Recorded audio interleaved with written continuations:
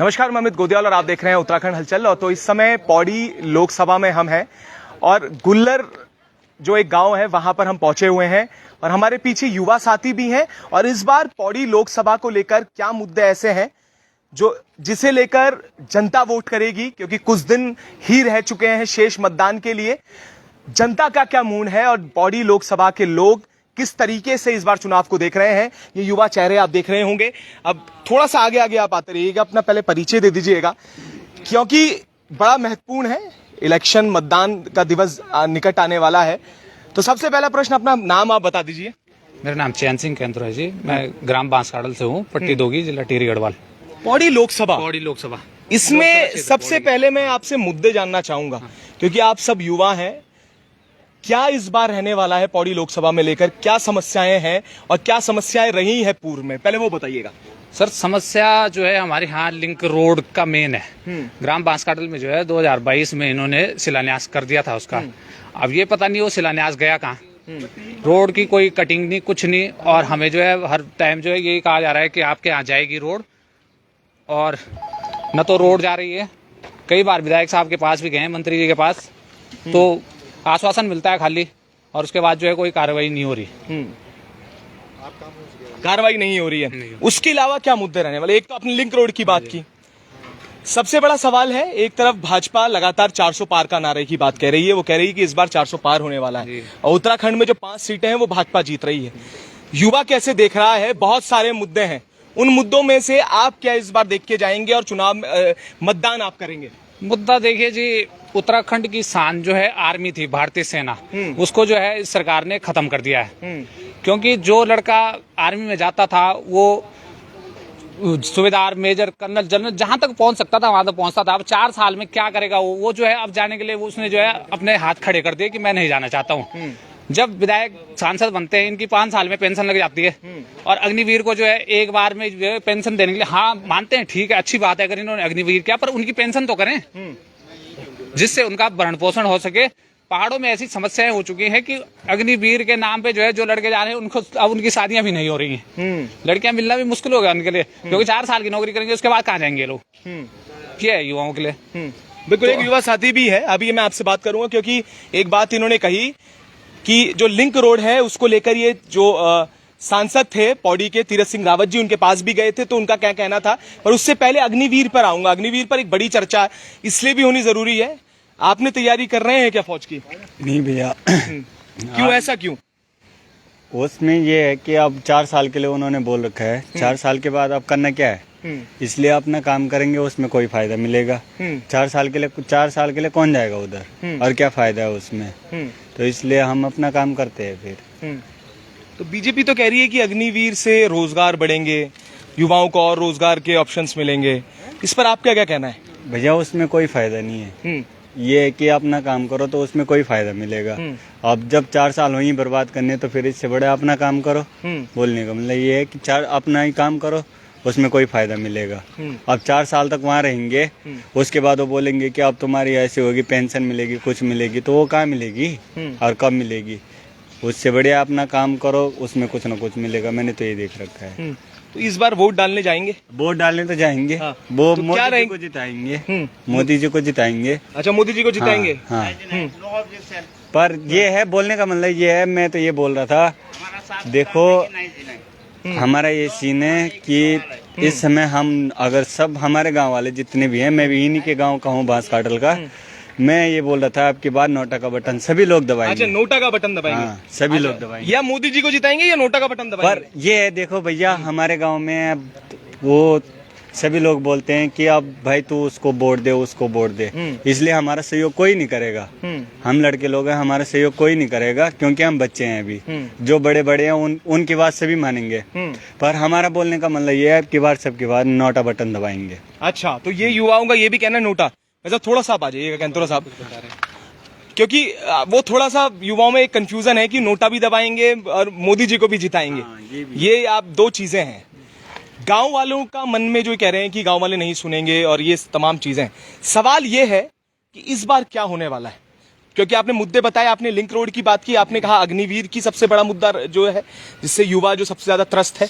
उसके अलावा मैं अटाली गया था, वहां पर घरों में दरारें हैं और बहुत जो स्रोत हैं आपके जिसके बारे में आप बता रहे थे, उस बारे में क्या वो भी मुद्दा प्रमुख रहने वाला है इस बार चुनाव में? देखिए सर, ये कह रहे हैं हम पलायन रोकेंगे। पलायन रुकेगा कैसे?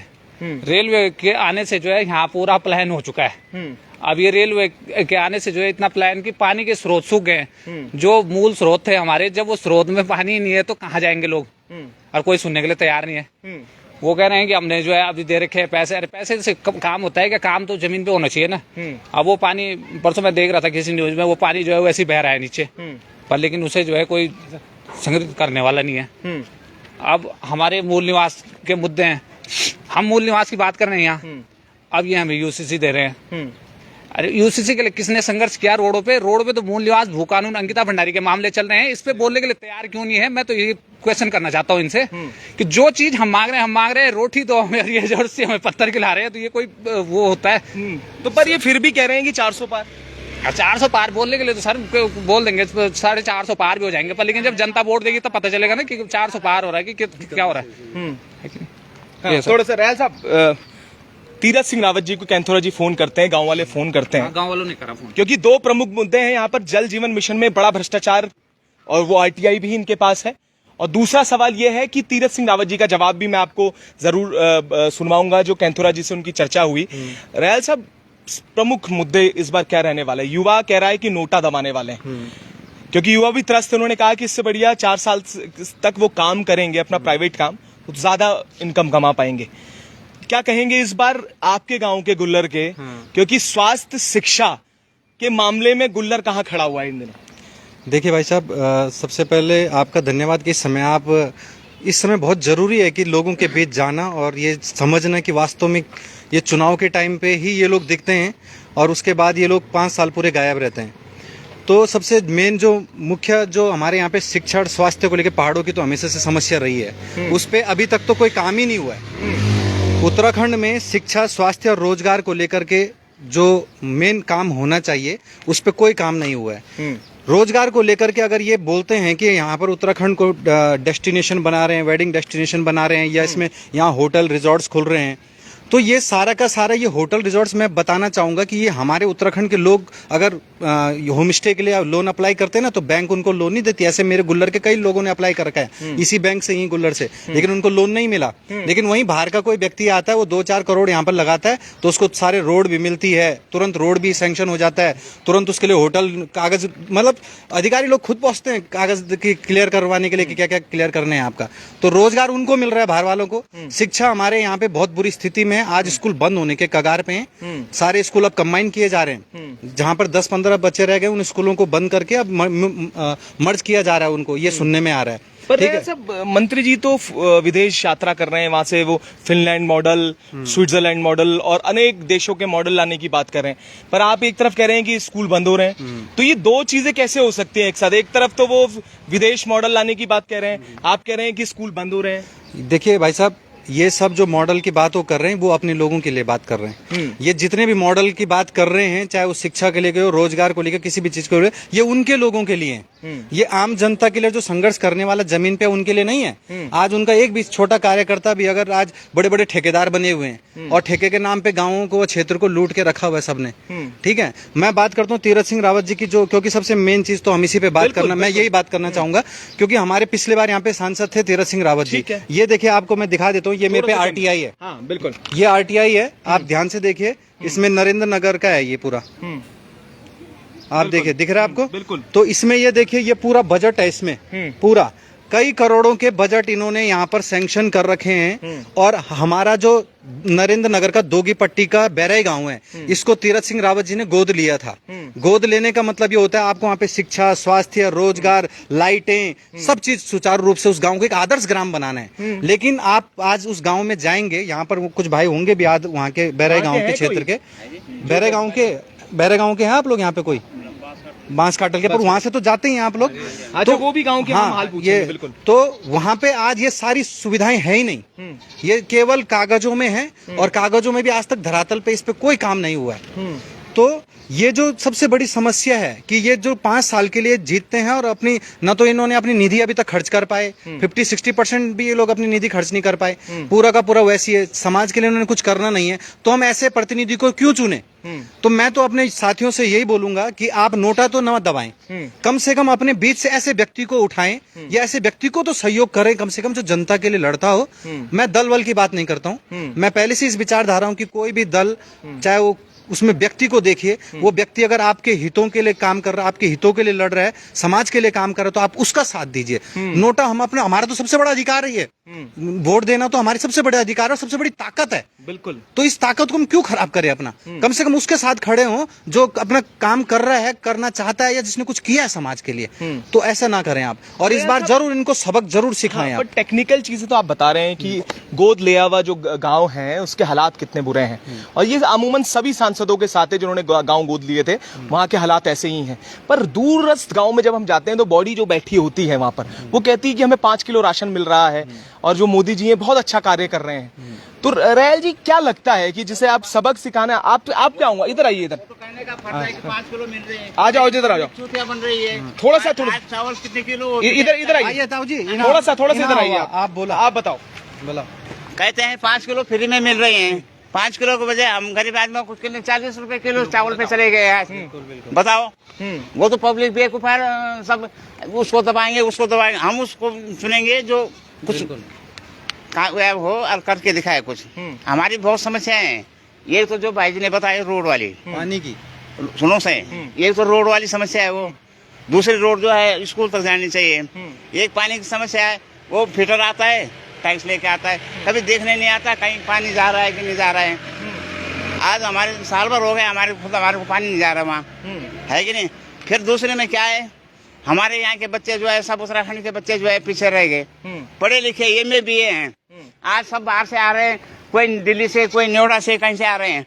90% उन्होंने जो किया है ना जो सिस्टम, सब बच्चे यहाँ के पीछे पिछड़ गए सब, है कि नहीं। वहाँ 95%, 98% खुद मेरे स्टाफ में आ रहे हैं, जिनको CUT की बात कर रहे हैं मेरे ख्याल से, जो जो हिंदी लिखना नहीं आता, जिनको 98% वाले आ रहे हैं। यहाँ के सब पब्लिक बच्चे सब वैसे रह गए ना, पीछे रह गए। क्या दे रही हो सरकार हमारे को?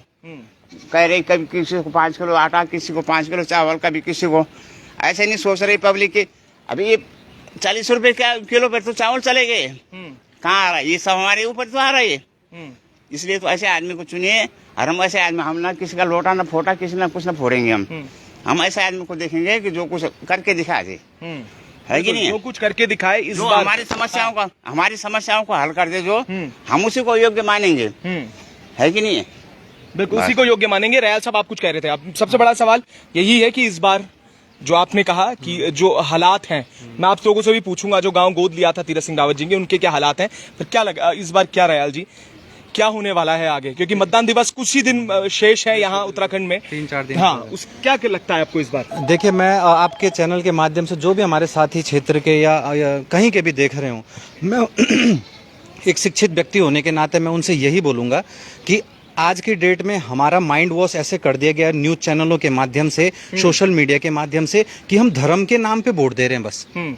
भैया पहले हम जिंदा रहेंगे, हमें शिक्षा मिलेगी, स्वास्थ्य मिलेगा, रोजगार मिलेगा, तभी तो हम धर्म को भी बचा पाएंगे। जब हम जिंदा ही नहीं रह पाएंगे तो धर्म को कैसे बचाएंगे हम? हाँ, मैं एक सवाल, हाँ बिल्कुल आपसे भी, आप रोजगार या शिक्षा तो सब बिल्कुल वो खत्म कर दी है। एक बहुत प्रतिष्ठित अखबार है, उसमें अनिल बलूनी जी ने एक इंटरव्यू दिया है। उस इंटरव्यू में उनसे सवाल किए गए तो उन्होंने ये कहा, एक दल के बारे में उन्होंने टिप्पणी की है, मैं दल का नाम भी नहीं लूंगा, उन्होंने कहा कि जो पार्टी, मैं कांग्रेस की बात कर रहा हूँ, विपक्षी पार्टी, जो पार्टी राम मंदिर बनाने में जिन्होंने में अड़ंगा किया हो, उस पार्टी को जनता कैसे वोट देगी। मैं इसलिए ये बात कह रहा हूं कि इन्होंने इंटरव्यू में जो प्रश्न, आपसे मैं बोल देता हूं, जो प्रश्न किए गए, जो उन्होंने उत्तर दिए हैं, उन्होंने राम मंदिर की बात की, उन्होंने बात की कि पिछले चुनाव में मुस्लिम यूनिवर्सिटी की बात हुई थी तो कैसे वोट देगी। तीसरा, डेमोग्राफिक चेंज के बारे में बात की गई।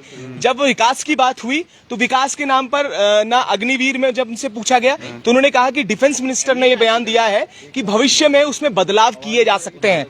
सिर्फ इतनी चीज उन्होंने बोली अग्निवीर के लिए, बाकी सारी चीजें उन्होंने राम मंदिर, यूसीसी और इन चीज पे रखे, इस पे क्या कहेंगे? देखिए सबके सब आज की डेट में पता क्या बोल रहे हैं, सबके सब आज की डेट में यही बोल रहे हैं, जो राम को लाए हैं हम उनको लाएंगे जी। यही तो मेन बात है। आज उन्होंने क्या करा कि सब जगह जगह जा करके मंदिरों का वो दे करके प्रसाद दे करके लोगों को गाड़ियों में बैठा के मंदिरों को घुमा करके और उसके नाम पे वोट मांग रहे हैं। मैं आपके सवाल पे एक फोटो दिखा रहा हूँ आपको फिर से दोबारा, ये देखिए इसमें क्या लिखा हुआ है, पहले थोड़ा आप पढ़ लीजिए। आस्था से नहीं होगा खिलवाड़। ठीक है, मोदी जी के पोस्टर लगे हुए हैं पूरे ऋषिकेश में, और जगह जगह ऋषिकेश ही नहीं सब जगह लगे हुए ये पोस्टर। इसमें देखिए क्या लिखा हुआ है।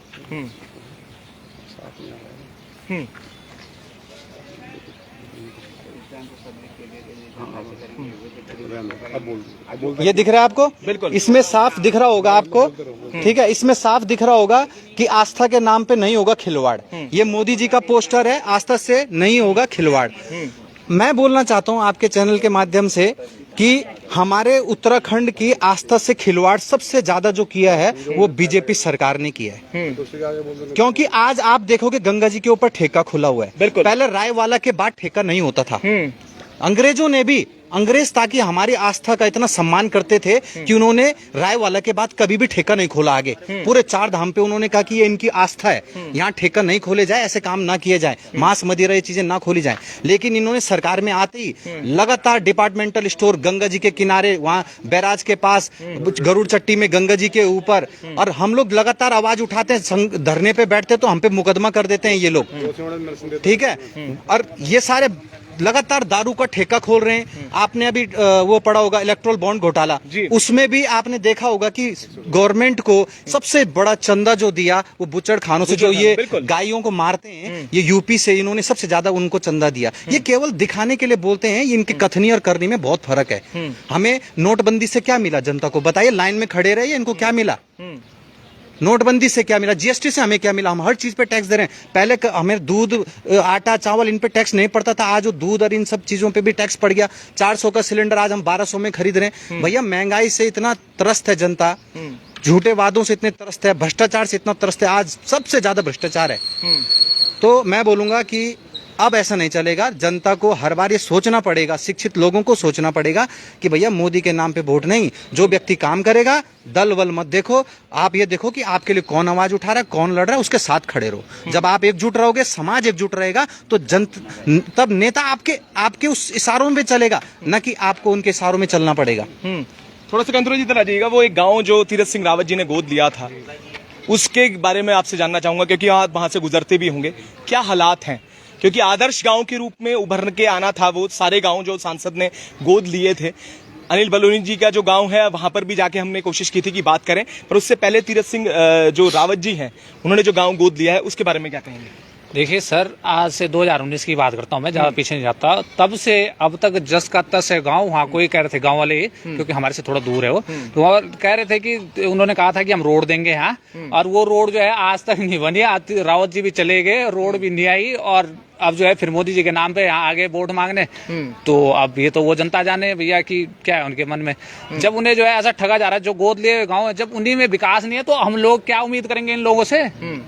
जो गोद लिए हुए गांव हैं, जब उन्हीं में विकास नहीं हो पा रहा, तो हमारे गांव में कहाँ से विकास हो पाएगा? हाँ, 2 चीजें हैं प्रमुख यहाँ पर। कुछ ही दूर पर सिंगताली पुल, जो सबसे बड़ा मुद्दा मुझे लगता है, क्योंकि लगातार वहां से मेरे पे मैसेज आए हैं, कॉल आए हैं, वहां के लोगों ने मुझे बहुत बार वो किया है। मैंने कोशिश की है कि इस मुद्दे को हम बार बार लगातार अपने सोशल मीडिया के माध्यम से और अन्य जो सोर्सेज हैं उससे उठाएं।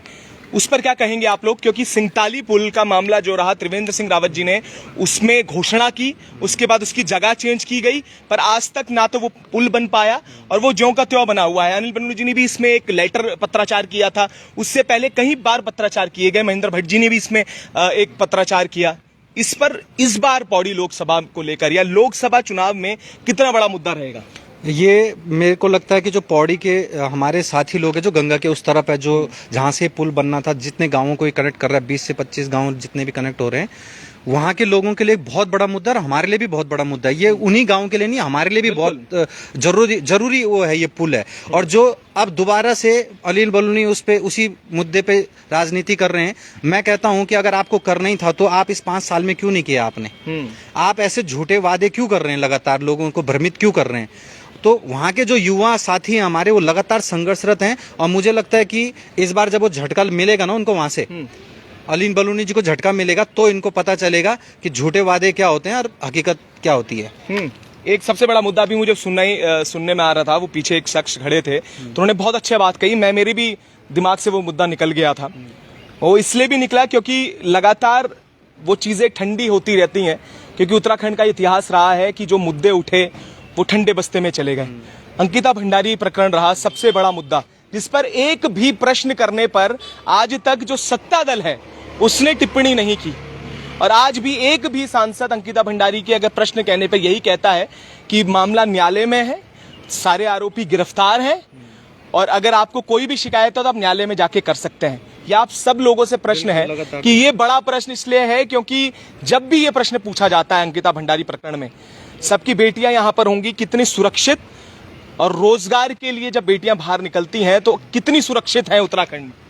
देखिए भाई जी, यहाँ पे तो बेटियां तो छोड़िए, बहुत दूर की बात है कि बेटियां हमारी सुरक्षित है, यहाँ पे तो हमारे बेटे भी सुरक्षित नहीं है। हमारे आए दिन आप न्यूज में सुनते रहते होंगे, हमारे यहाँ के लड़के ज्यादातर हमारे होटल लाइन में हैं, हमारे होटल भाई लोग हैं, और ज्यादातर जो ये राफ्टिंग रूफ्टिंग में है, कोई अपने छोटे छोटे रोजगार चलाते हैं गाँव में है। आप देखते होंगे ये 4 धाम यात्रा के नाम पे यहाँ पे कितनी भीड़ रहती है। आपको रोज झगड़ा करते हुए दिख जाएंगे ये, रोज गंगा जी के किनारे दारू पीते हुए दिख जाएंगे ये लोग, रोज मारपीट करते हुए दिख जाएंगे। तो हमारे भाई लोग जो रोजगार करते हैं, अपने दुकान चलाते हैं, वो इनके हाथों पिट जाते हैं, वो कैंपों में इनके हाथों मर्डर हो जाता है। तो बहनें तो बहुत दूर की बात है, बेटियां तो असुरक्षित हैं ही। हमारे यहाँ तो हमारे भाई लोग भी असुरक्षित हैं यहाँ पे, ये है। बिल्कुल। तो ये कैंतुरा साहब आप क्या कहेंगे इस पर, कितने अंकिता भंडारी प्रकरण और ये सारे प्रकरण, क्योंकि इस बार ये सोचना जरूरी है कि मुद्दे मूल निवास होगा अंकिता भंडारी प्रकरण पे होगा, या और बेरोजगारी जो में सीबीआई जांच की जो बात कर रहे हैं भर्ती घोटालों पे, उस पे इस बार मतदान होगा, या राम मंदिर या यूसीसी इस पर होंगे। देखिए, अंकिता भंडारी का जो मामला है, मैं किसी पार्टी की बात नहीं करता हूं, पर लेकिन जो भाजपा वालों ने उस मामले में आवाज नहीं उठाई, चाहे बड़े से बड़ा नेता हो छोटा हो, उन्होंने बिल्कुल चुप्पी साध रखी उस चीज पे। अगर इन्होंने उस मामले में संज्ञान लिया होता और तुरंत कार्रवाई हुई होती उन पे, उन अपराधियों पे, तो आज इन्हें वोट मांगने की जरूरत नहीं थी हमारे क्षेत्र में आने की। यहाँ जो है इन्हें आने की जरूरत नहीं थी, इन्हें जो है लोग खुद दौड़ करके वोट देते हैं कि हम आपको वोट देंगे, इन्हें मांगने की जरूरत नहीं थी यहाँ पर। लेकिन ये जो है चुप हो चुके हैं। अब ये तो है नहीं कि अगर तुम्हारी पार्टी का है तो तुम उसे चुप रखोगे। भाई अगर तुम्हारे अंदर जमीर है तो बोलो ना, उसके खिलाफ बोलो। अब कल मैं देख रहा था इतनी बड़ी बड़ी रैलियां हो रही, कोई बोलने के लिए तैयार नहीं है। अंकिता भंडारी का इतना बड़ा, उसकी माँ बेचारी वैसी रो रही है, चिल्ला रही है। एक अंकिता भंडारी ने पूरे उत्तराखंड की बेटी है वो, आज अंकिता भंडारी के साथ हुआ, ऐसी 50 बेटियों के साथ हो रहा होगा। तो जब इतना बड़ा मामला ही दबाया जा रहा है तो क्या उम्मीद करनी है इन लोगों से? उम्मीद क्या मतदान, क्योंकि प्रश्न यही है, क्या मतदान इन मुद्दों पर होने वाला है इस बार उत्तराखंड? इस बार जो है मुद्दों पे ही होगा। टिहरी लोकसभा में देख रहे हैं आप, बिल्कुल। टिहरी लोकसभा में जो बॉबी परमार के साथ युवा आया है, वो कोई आंख बंद करके वोट नहीं कर रहा, वो इन्हीं मुद्दों पे कर रहा है। अंकिता भंडारी, मूल निवास, ये जो भर्ती घोटाले हुए, इनकी जांच में जब जांच नहीं हो पा रही है, जो अब जब उन्होंने कहा कि इसकी जांच करो, उसमें जांच करने के लिए कोई तैयार नहीं है, सब चुप हो रहे हैं। तो इस बेस पे जो है अब की बार थोड़ा परिवर्तन हो रहा है जनता में। तो इस बार सीधी बात अगर कहें तो जनता का कहना यह है कि मुद्दे इस बार सबसे आगे रहने वाले हैं, और उत्तराखंड के मुद्दे, जो मूल निवास हो, अंकिता भंडारी प्रकरण हो, चाहे अन्य और भी सारी चीजें हो, इस पर भी बात करेंगे। और एक सबसे बड़ी बात ऋषिकेश की ओर मैं आपको थोड़ा सा रुक कर लूं तो सुरेंद्र सिंह नेगी जी जो लगातार सिस्टम के खिलाफ आवाज उठा रहे हैं, अभी कुछ ही दिन पहले की बात है, उनकी धर्मपत्नी को रोक दिया जाता है सीएम से मिलने को लेकर। उससे पहले उनके घर पे कई महिलाओं पे 107-16 के नोटिस आ जाते हैं। नेगी साहब, सीधे सवाल यही करूंगा क्योंकि आप तो खुद भुक्तभोगी हैं सिस्टम के, और सिस्टम से आप लड़ाई भी कर रहे हैं, लड़ रहे हैं। क्या कहेंगे इस बार, क्या इस बार उत्तराखंडियत जागी है, उत्तराखंड जागा है कि इस बार मुद्दों पे वोट करेगा? देखिए, जहां तक लगता है उम्मीद उत्तराखंड की बात नहीं, पूरे भारतवर्ष के अंदर जो है इस समय मुद्दों पे ही वोट किया जाएगा। और अगर देखिए जो बार बार विषय आता है, हालांकि ये इस शब्द का उपयोग करते ही ये सोचते हैं कि ये भाई विपक्ष के खेमे के लोग हैं, जहां तक मशीन से वोटिंग कराने की बात है, पूरे वर्ल्ड के अंदर मशीन से वोटिंग नहीं होती, ठीक है, जहां भी लोकतंत्र है। और यहाँ पर जो वोटिंग चल रही है मशीन से, जो मशीन में बार बार गड़बड़ियां खामियों की बात आती है, तो मैं एक बात कहना चाहूंगा कि भाई जो वीपीपी पैड जो आप दिखाते हैं हमें, भाई वो वीपीपी पैड हम कहते हैं कम से कम, पिछली बार हमने सुझाव लिख के आए थे, क्योंकि मैं जिस समय ये विधायक का चुनाव चल रहा था उस समय कनक धनैया का काम कर रहा था, तो उस समय जो कुछ चीजों में हमें दिक्कत लगी, तो हमने कहा भाई वीपीपी पैड के अंदर जो पर्चे हैं उन पर्चों को काउंट करवाइए ना, क्योंकि आप मशीनें इसलिए लाए थे कि आपने कहा कागज बचाएंगे, पेड़ कट रहे हैं, पर्यावरण बचाएंगे, कई चीजें हैं, तो वहां पर हम चाहेंगे भाई इस चुनाव में ये भी होना चाहिए कि भाई वीपीपी पैड को जो है गिनाया जाए, चाहे हमें एक डाउट क्लियर करने के लिए एक प्रत्याशी को एक कोई सा भी बूथ का नाम हो दे, उस बूथ के पर्चे गिनाए जाए, तब जाकर के हम समझेंगे भाई निष्पक्ष रूप से चुनाव हो रहा है और चुनाव आयोग निष्पक्ष रूप से करा रहा होगा। और इसमें चुनाव आयोग की भूमिका भी बड़ी संदिग्ध है। आप अगर खुद इसमें पूरे उत्तराखंड में घूम रहे हैं, देख रहे होंगे जगह जगह जो बैनर पोस्टर चिपकाए हुए बड़े बड़े, ये होर्डिंग जो है हजारों रुपए में लगता है, और ये प्रचार का एक बहुत बड़ा, पब्लिक सोचती है ना हम पे दारू आई, ना मुर्गा आया, ना कुछ आया, ये करोड़ों रुपए का खर्च हो, बेवकूफ बना रहे, बेवकूफ नहीं बना रहे हैं, करोड़ों रुपए खर्च होता है, वो ऐसे होता है, एडवर्टाइजिंग का होता है। इसमें क्या है कि इन लोगों ने, चुनाव आयोग कहता है कि भाई आपको पर्चा चिपकाना चाहिए, हर उसमें परमिशन लगेगी, कितना आपने काम करा, कहाँ लगा रहे हो, लेकिन दुर्भाग्य इस बात का, आप एक फ्लैक्स, मैं कहता हूँ एक फ्लैक्स दिखा दीजिए, बड़े बड़े होर्डिंग जो लगे हों जिसमें कहीं पर जो है एक कोई परमिशन का लेटर चिपका हो, तो ये बड़ा दुर्भाग्य है हमारा। लेकिन पब्लिक से हमारा एक ही अनुरोध है कि भैया विपक्ष में वोट कीजिए, नोटा पे मत भागिए, अनशन जगह मत भागिए, ये मत कहिए कि हम घर पे बैठेंगे, हम वोट नहीं करेंगे।